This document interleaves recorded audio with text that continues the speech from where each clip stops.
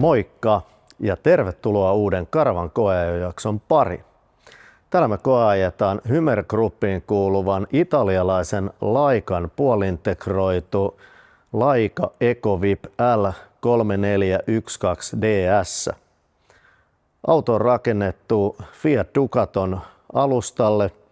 Tässä on 140 hevosvoimainen moottori ja 6-vaihteinen manuaalilaatikko. Käydään katsomassa tässä välissä tarkemmin teknisiä tietoja.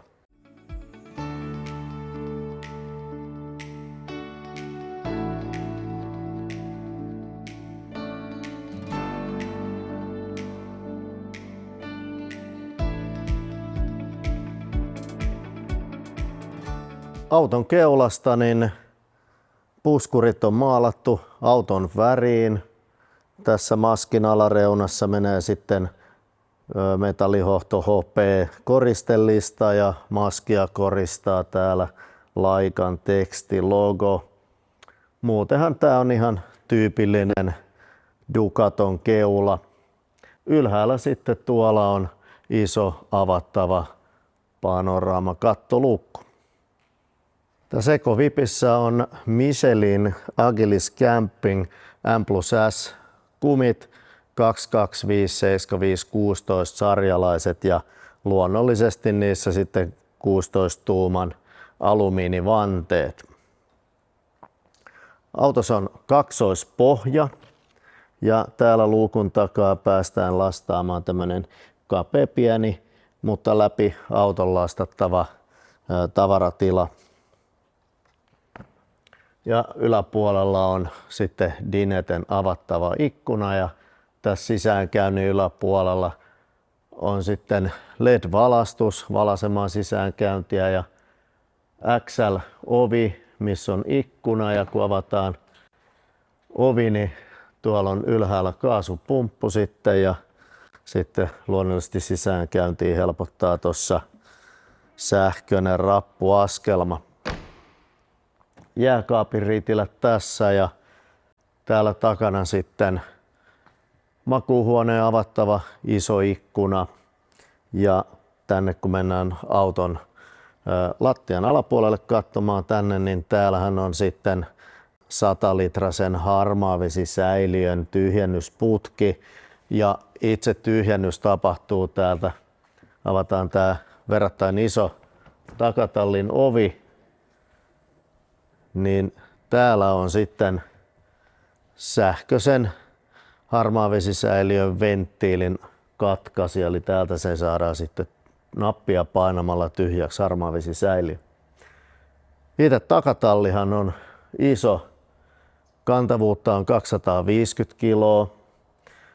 Tää on valastu, täällä on 230 pistorasiat, alhaalla kiinnityskiskot lenkkeineen. Luonnollisesti on lämmitetty ja eristetty takatalli. Täällä on sitten huoltoluukut, mistä pääsee näppärästi käsiksi vesipumpulle sekä lisää tavaratilaa. Ja autohan on rekisteröity 4, niin siellä on sitten 2 matkustajalle lisämatkustuspaikat ja sieltä kun rakennetaan sitten istumapaikat, niin täällä on molempien penkkien selkänojat sitten.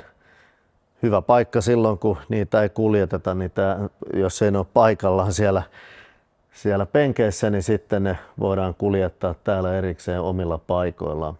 Ihan näppärää, että niille on omat paikat täällä.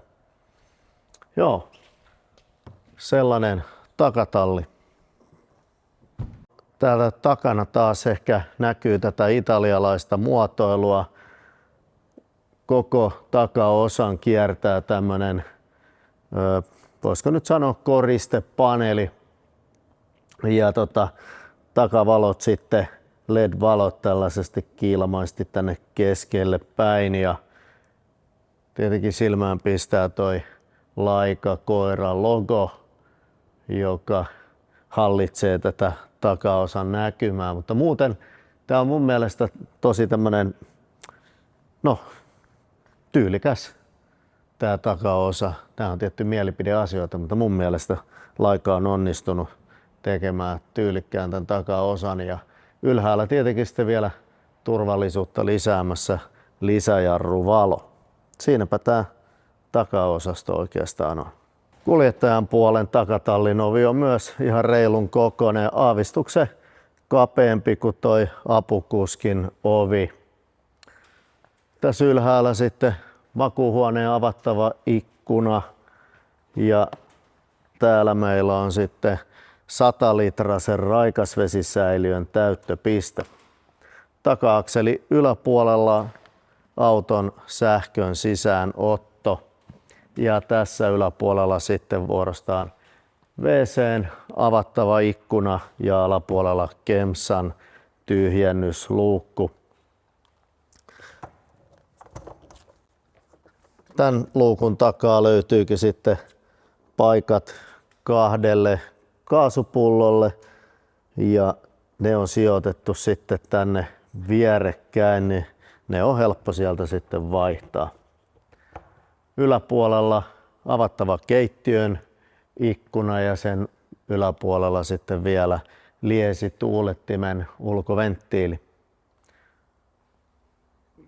Dineten avattava ikkuna ja autossa on nestekiertoinen Alden lämmitys, niin tässä on Alden pakoputki ja täällä alapuolella sitten vielä luukku, mistä pääsee sitten tänne kaksoispohjaan käsiksi. Siellä on sitten tämä läpilastattava tila vielä.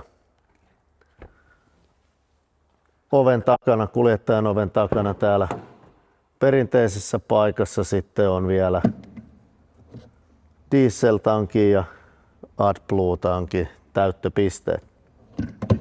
Laika L3412 DS ohjaamo ja tuttu Fiatin kojetaulu täällä ja autossa vakiovarusteena kuuluu sitten sivuikkunoihin ja sitten etuikkunoihin nämä kasettipimennysverhot. Kojetaulussa täällä ylhäällä on teline sitten tabletille tai puhelimille. Ja aletaan täältä vasemmalta puolelta katsomaan, niin täällä on sitten keskuslukituksen katkaisin, sähköisten ohjaamon ikkunoiden katkaisimet, niin ikään sähköisten peilien säätönuppi täällä. Sitten on start and stop nappuloita tuolla. Monitoimiratti, tiltti syvyyssuunnassa ja monitoimiratissa on valmius sitten hands-free-toiminnolle ja stereoiden ohjaukselle ja sitten täältä löytyy vielä limitteri sekä vakionopeuden säädin. No, 6-vaihteinen manuaali vaihdelaatikko, niin sen vaihteen valitsin, keppi tossa ja sitten puoliautomaattinen ilmastointi.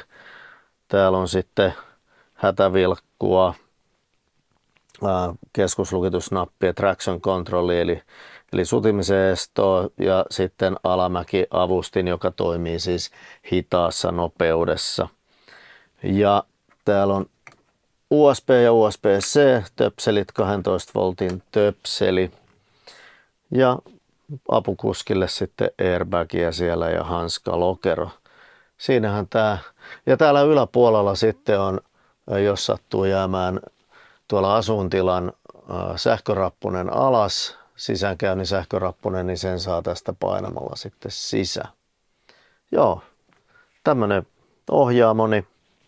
Ja mainitaan nyt tuossa keskikonsolissa olevat vielä juomamukit, telineet ja lokerikko, niin siinähän tää oli noin nopsaa käytynä läpi ja ei muuta kuin lähdetään ajelemaan, miten Fiat ja Laika kulkee.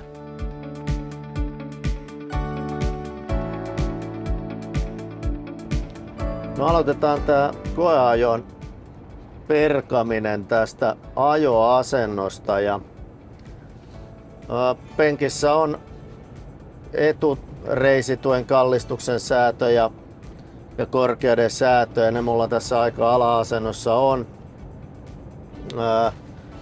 Sivutuet tukee penkissä nyt ei mun kokoiselle kaverille nyt ihan hirveästi ole, mutta Muutetaan jämäkkä penkki ja ajoasento itsessään niin on Fiatille tyypilliseen tapaan hyvin pystyasento, että aika ryhdikkäästi tässä joutuu ajelemaan. Tää ratin kallistuksen mä kaipaisin tähän. Silloin sais vähän lähemmäksi rattia, niin olisi sitten siinä mielessä mukavampi ajoasento, mutta se on kaikissa Fiateissa sama asia. Päästään tähän meidän mutkaosuudelle. Nyt on kyllä sen verran sadetta, että ei ihan pystytä tosissaan haastaa autoa, mutta näissä kallistuksissa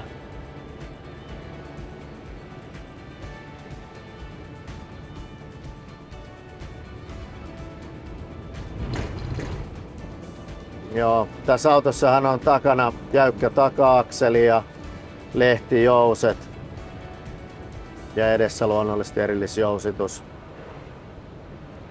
Mutta tällainen varsinkin tyhjänä niin ihan mukavasti menee näillä nopeuksilla nämä mutkat auto. Ei tule mitään ylimääräistä heijaamista ja kohtuullisen niinku jämäkän tuntunen tää alusta.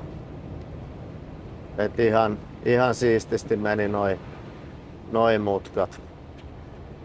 No nyt ollaan ajeltu täällä suomalaisessa maalaismaisemassa ja maalaistiellä, tämmöisellä perusmaantiellä 70, 80 ja tie on kääntylyä, vääntyilyä, on kelirikkoa ja muuta. Niin kyllähän tää auto ihan mukavasti täällä on suoriutunut ja 140 hevosvoimainen moottori tällä manuaalivaihteistolla niin toiminut ihan vähintäänkin riittävän hyvin ja vaihteistohan toimii tasan niin hyvin kuin kuski vaihtaa vaihteita, että sen puoleen. Mutta tämän koko luokan autolle niin taas 140 hevosvoimaakin on rauhallisessa ajossa ihan hyvinkin riittävä, mutta niin kuin olen aikaisemminkin sanonut, että koskaan näissä autoissa ei liikaa tehoja ole, että noin niin kuin omaan makuun. Lähdetään kokeilemaan seuraavaksi sitten, miten tämä Fiat ja Laika pärjää tuolla hiekkatiellä. Meillä on tuolla kohtuullisen heikossa kunnossa oleva hiekkatie, joten se sopii vallan mainiosti tähän testiin. Joo, päästiin tänne hiekkatielle nyt ja katsotaan miten auto suoriutuu täällä. Nyt saadaan hyvää nimismiehen kiharaa. Hyvin meni noista tommosesta tasaisesta rummutuksesta ihan nätisti. Tietenkin ravistaa autoa, mutta se ei tule terävinä iskuina. Että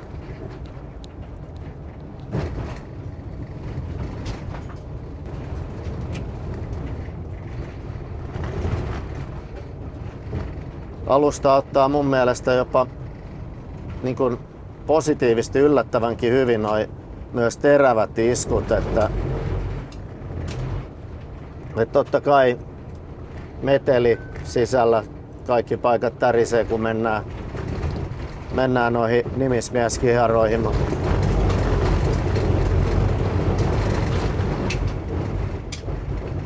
Mutta rattiin ei tärinä tuu, eli se on ihan miellyttävä asia ja tietenkin peräpää jäykkä taka-akseli ja toi lehtijousitus pikkasen pahimmissa kohtaa pompottaa, mutta ei pahasti, siis yllättävän hyvin ottaa vastaan nuo tärinät ja mennään nyt tämmöstä 60 näissä, niin auto menee kyllä ihan mukavasti ja muutenkin nämä kaare-ominaisuudet ihan nätisti tuli koko pätkän, että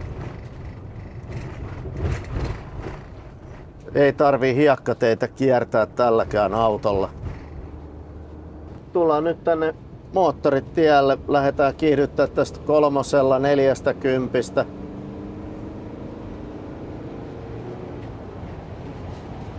nelonen, vauhti 90, vitoselle ja satanen saadaan just tähän rampin loppuun ja 110 nyt kuutoselle ja sitten mennäänkin tähän 120 ja kierrokset meillä on kutosvaihteella 120 tämmönen 2600 ja näyttää nyt tässä meidän koeajon aikana keli taas vaihteleva aika mukavasti vesisateesta aurinkoon ja taas vesisateeseen. Me koitetaan tässä kohtaa nyt miten tämmönen 140 heppanen moottori lähtee tosta kuorma-auton perästä sitten. Pudotetaan vauhti tohon samaan nopeuteen mitä kuorma-autolla. Tässä ollaan nyt sitten mittarin mukaan tämmöstä 90. 90 ja siitä vitonen sisään ja vilkkua päälle.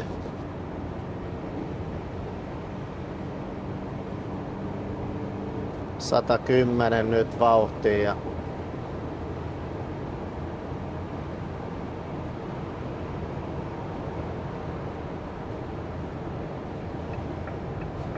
kyllähän se siististi ohi menee. Tietenkin sit kun on täys poka päällä ja niin ei se haittaa vaikka lisääkin tehoja tosiaan olisi, mutta ihan maltilliseen ajoon niin riittävä moottori kyllä tästä 40 hevosvoimainenkin kone. Tässä ollaan nyt testattu auton alustaa erilaisissa olosuhteissa. Heikkokuntoisella maantiellä, hiekkatiellä ja nyt tällaisella sileällä moottoritiellä, asfalttitiellä, niin alusta mun mielestä on erittäinkin ihan ok. Ja tosiaan moottoritehot on riittävät, maltilliseen ajoon riittää ihan hyvin ja näin poispäin, että äänimaailma, ihan perusmatkailuauton äänimaailma. Mutta eiköhän lähdetä katselemaan seuraavaksi, että minkälainen tämä auto laika on sisältö.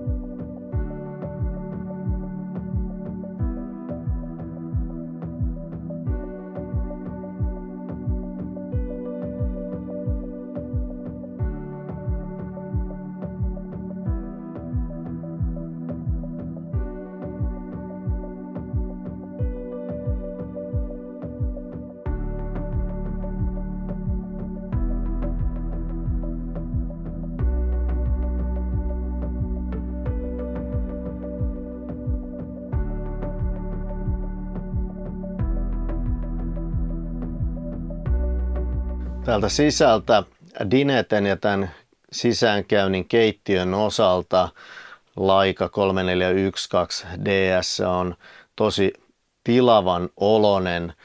Ja nämä sivuilla olevat sohvat on tämän auton myötästi pitkittäissuunnassa ja käänteinen L-mallin tai melkein I-mallin keittiö niin tuo tosi hyvin tuohon sisäänkäyntiin lattiatilaa. Ja muutenkin tämä tämmöinen vaalea sisusta ja isot kattoluukut ja korkea kattoprofiili niin tuo tähän tämmöistä todella tilan tuntua. No Dinette tosiaan muodostuu näistä auton pitkittäissuuntaisista penkeistä, joista saadaan sitten rakennettua matkustajien paikat. Katsotaan se hetken päästä. Ja sitten näistä kääntyvistä ohjaamopenkeistä sekä tästä laajennettavasta joka suuntaan liikkuvasta pöydästä. Tämä pöytä laajenee tästä, kun se kipataan näin, niin nyt saadaan joka puolelle sitten hyvin ruokailutilaakin, pöytätilaa. Ja tästä pöydästähän sitten saadaan myös ja näistä sohvista niin yksi ekstra sänkypaikka, eli tässä autossa on makuupaikat 3. Joo, katsotaan se sänkykin sitten hetken päästä, mutta niin kuin huomaatte, niin hyvin on päälle tilaa täällä, eli pitkäkin kaveri täällä mahtuu kävelemään hyvin. Ja edessä täällä on sitten avattava iso kattoluukku, missä on pimennys ja hyönteisverhot. Nahkaverhoilua täällä ylhäällä on hyvin viimeistellyn oloinen. Sitten täällä ylhäällä molemmin puolin tämmöiset jännät kippiovilla toimivat kaapit. Toki tämä kippiovi nyt tarkoittaa sitä, että kun se on puoleen väliin saranoitu, niin tänne sitten ei voi täyttää kuin puoleen väliin kaappia, mutta muuten ihan hauska. Molemmin puolin tosiaan sitten avattavat sivuikkunat ja niiden yläpuolella on sitten isot yläkaapit ja täällä kuljettajan puolella se on vielä jaettu 3 osaan. Kuljettajan puolen kaapin alapuolella on sitten vielä valokatkaisijoita ja valot. Ja siinähän tämä oikeastaan dinette alkaa olemaan, paitsi että vielä katossahan on suoraan yläpuolella niin on iso avattava kattoluukku. Myöskin hyönteis- ja pimennysverhoineen. Mutta katsotaan nyt tässä kohtaa, miten näistä penkeistä tulee matkustajien istuinpaikat ja sitten miten tästä pöydästä ja sohvasta muodostuu sänky.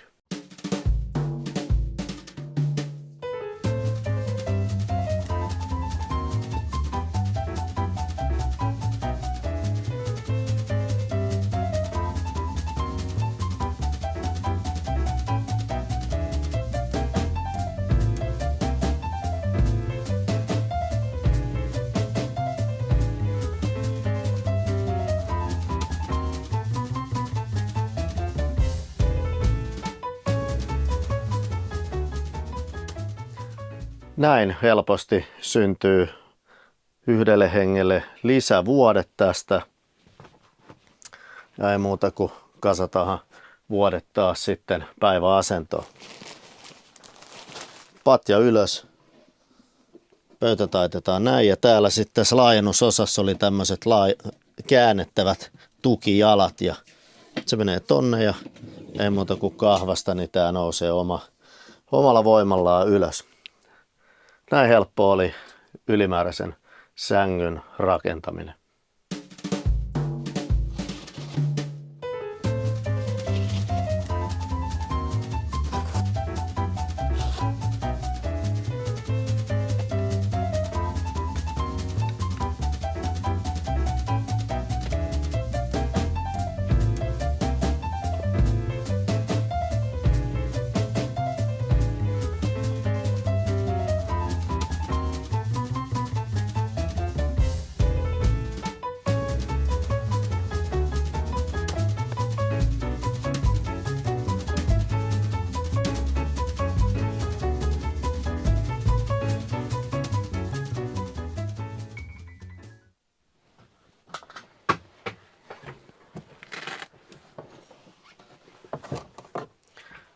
Ja sitten laitetaan takaisin sellaiseen leiriasentoon niin sanotusti.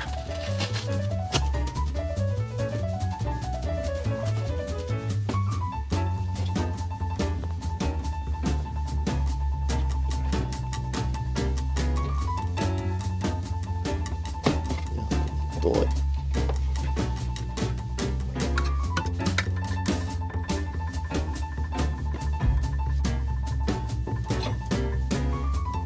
Tää oli kätevä, kun tälle oli tosiaan paikka siellä takatallissa.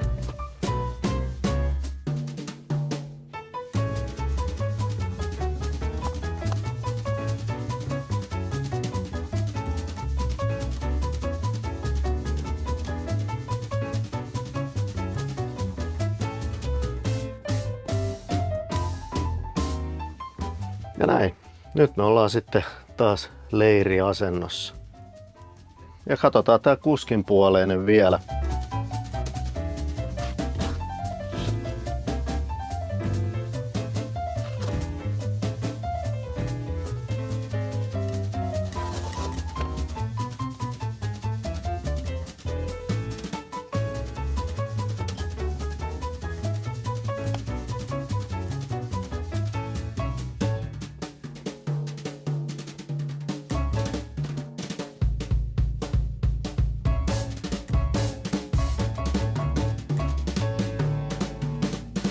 Kyllä tähänkin mahtuu, vaikka aluksi epäilin, että ei mahu.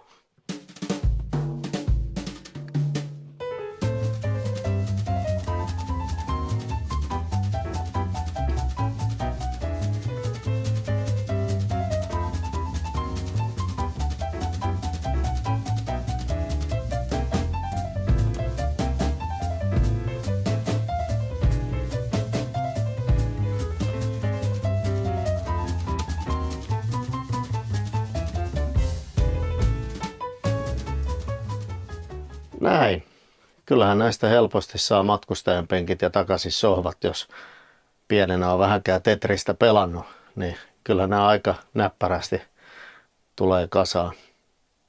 Mutta katsotaan seuraavasta sisäänkäyntiä ja minkälaisia asunto-osan ohjauspaneeleita tässä autossa on. Asunto-osan hallintalaitteet on täällä sisäänkäynnin yläpuolella. Oli aikaisemmin puhetta, että autossa on nestekiertoinen Alden lämmitysmuoto ja tässä on sen ohjainpaneeli. Sen lisäksi autossa on myös lämmönvaihdin. 12 voltin järjestelmän paneeli tässä, päävirtakatkaisija. Sitten on akkujen varausmittarit niin asunto-osan kuin starttimoottorin akun varausmittarit tuossa. Tästä näkee sitten raikkaan veden ja harmaan vesi tankkien tasot. Valojen pääkatkaisin, vesipumpun katkaisin, ulkovalaistuksen katkaisin ja sitten vielä täällä auksi mahdollisia lisävarusteita varten. Täällä on ylhäällä myös sitten televisiovaraus. Siellä on 12 voltin pistorasia ja antennin pistoketta varten. Antennipistorasia täällä ylhäällä vielä sitten USB-töpseli. Toki ja hiukan mietityttä, että mihin kohtaa tähän sitten telkkarin asentaa, koska tähän voisi sen laittaa telineeseen, mutta sitten menee peilipiiloon ja täällä on sitten naulakkoa pari kappaletta, kahva sisäänkäyntiä helpottamaan ja valokatkaisijoita ja sitten sähköisen rappusen katkaisija.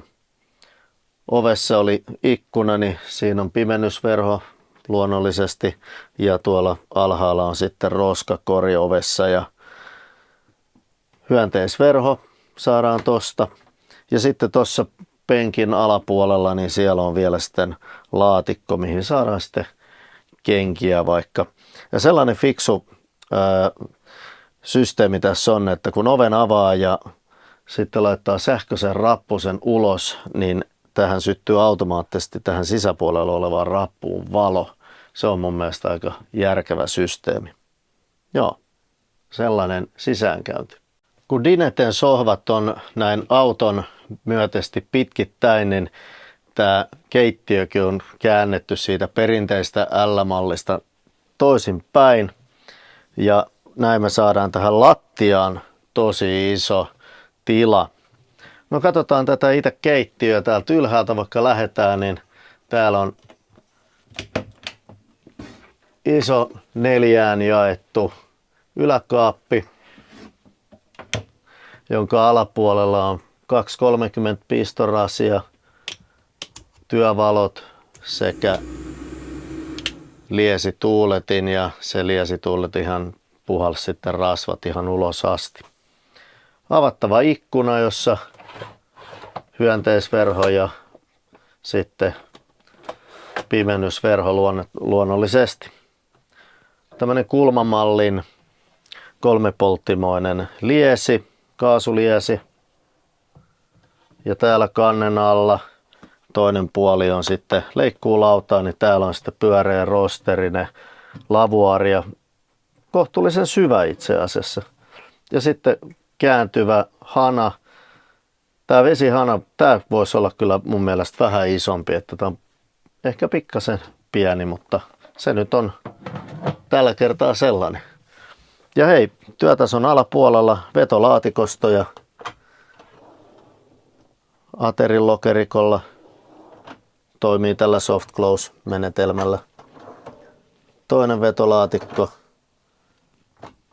Ja täällä alla onkin sitten niin kaappimallinen pieni kaappi, koska toisella puolella siellä on sitten nuo kaasupullot.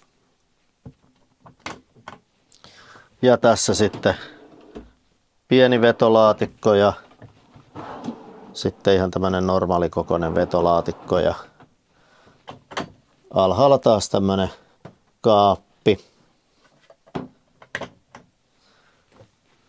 Toisella puolella onkin sitten Tedfordin korkea jääkaappi, jossa ylhäällä on integroitu pakastin ja sitten ovessa hyllyjä ja keskellä tämmönen hedelmä- tai vihanneslokero ja alhaalla on sitten toi kärry juomia varten. Jääkaapin yläpuolella on vielä täällä sitten aika iso yläkaappi ja katossa sitten avattava kattoluukku, missä niin ikään nämä pimennys- ja hyönteisverhot. Tässä laikassa on siis erillinen suihku ja vessa ja suihkuhan on tässä näin niin kuin kohtuullisen modernin näköinen ja ylhäällä on sitten avattava kattoluukku, mikä on tosiaan hyvä tuuletusta varten ja täällä on sitten vielä naulakko mahdollisesti vaatteiden kuivatukseen tai pyyhkeen kuivatukseen, mutta katsotaan miten tähän suihkuun mahtuu. Valokatkaisija on tossa, tulee tämmöistä aika sinistä valoa tuosta ledeistä, mutta avataan tää yksi seinä tosta ensiksi ja mennään sisälle ja täältä sitten toinen seinä. Noin. Ja nyt kun seinät on paikallaan, niin kyllä täällä suihkussa mahtuu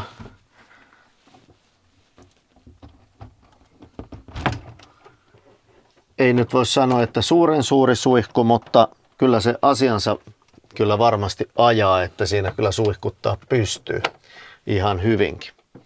No, mennään katsomaan, miten mahtuu sitten istua vessanpöntöllä. Meikäläisen kokoinen kaveri mahtuu täällä ihan hyvin istumaan pöntöllä. Ovi kiinnikin, toi oven kaareva muoto tuo lisää tilaa tänne jaloille. Ja tässä istutaan ehkä aavistuksen korkeammalla tää pönttö. Ja hartiotilaa tässä on ihan hyvin, mutta kyllä sitten tämmönen iso kaveri joutuu sitten, pitkä kaveri joutuu sitten olemaan ovi auki vessassa. Mutta muuten tässä on kyllä oikein kivasti tilaa. Sitten katsotaan muuten tätä, niin täällä lavuaarin alla siellä on sitten alakaappi, valokatkaisija ja tässä tiskin alla niin täällä on sitten 230 pistorasia ja tuossa on vessapaperiteline, saippuapumppu ja hammasmuki. Ja sitten on lavuaari ja siinä kääntyvä hana vielä. Ja tässä ylhäällä sitten 2 peilikaappia, eli sinnekin mahtuu ihan mukavasti tavaraa. Ja tuolla ylhäällä vielä pyyhenaulakko. Ja tässähän oli sitten tämä avattava ikkuna, ja jossa oli sitten hyönteisverho ja toi pimennysverho. Makuuhuone on vielä eristettävissä tällaisilla liukuovilla. Ja niin kuin nähdään, niin kyseessähän on parivuode, eli tämmöinen saarekevuoden malli. Ja miten katsotaan tätä makkaria, niin täällä on tosiaan molemmin puolin nämä ikkunat, ylhäällä kattoluukku, sieltä saadaan valoa tänne tilaan. Tuolla apukuskin puolella ylhäällä on sitten televisiovalmius, siellä on 12 voltin pistorasia ja antennipistorasia. Molemmilla puolilla on täällä syvät vaatekaapit hengaritangoilla ja sängyn yläpuolella vielä isot yläkaapit. Sen lisäksi tässä sängyn alapuolella on 3 vetolaatikkoa ja toimii soft close -järjestelmällä. Ja sitten tässä lattialla vielä on luukku tavaroille. Ja sen alla vielä on toinen luukku, josta päästään käsiksi raikasvesisäiliön tyhjennysventtiiliin. Tällainen oli Laika EcoVip L3412DS. Kiva kun katsoit tämän videon ja ei muuta kuin tervetuloa uuden karvankoejakson pariin. Moikka!